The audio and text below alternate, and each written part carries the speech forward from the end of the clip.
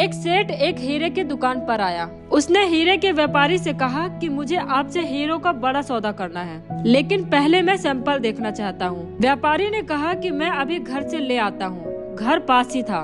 वह घर में गया और वापस आया। उसने सेठ से कहा, मैं क्षमा चाहता हूँ, मैं इस समय सैंपल नहीं दिखा सकता, क्योंकि सैंपल जिस अलमारी में रखा है उसकी चाबी मेरे पिताजी के सिराहने के नीचे है और इस समय गहरी नींद में है। कुछ समय से बीमार चल रहे हैं और ठीक से सो नहीं पाते। आज उनको गहरी नींद आई हुई है, मैं उन्हें डिस्टर्ब नहीं करना चाहता। सेठ ने कहा, भाई देख लो, सौदा तुम्हारे फायदे का है, बिना सैंपल देखे तो हम सौदा नहीं करते। व्यापारी ने कहा, मेरी भी मजबूरी है, मैं आपको दिखा नहीं सकता। सेठ ने फिर कहा कि यह सौदा नहीं हुआ तो आपको लाखों का नुकसान हो जाएगा। व्यापारी ने जवाब दिया, भले हो जाए, लेकिन मैं अपने पिताजी की नींद में बाधा नहीं डाल सकता। सेठ चला गया, लेकिन कुछ देर बाद फिर आया और कहा कि मुझे आपसे हीरो का सौदा करना है, मुझे सैंपल भी नहीं देखना है और सौदा पक्का। व्यापारी को आश्चर्य हुआ। सेठ ने कहा कि मैंने आपकी बात पर विचार किया और मुझे महसूस हुआ कि जो व्यक्ति अपने पिता का इतना आदर करता, ध्यान रखता, उनकी नींद के लिए लाखों का फायदा छोड़ दिया, वह मेरे साथ धोखाधड़ी नहीं करेगा। मुझे आप पर पूर्ण विश्वास है, इसलिए सैंपल देखने की आवश्यकता नहीं है, मैं आपसे ही सौदा करता हूँ।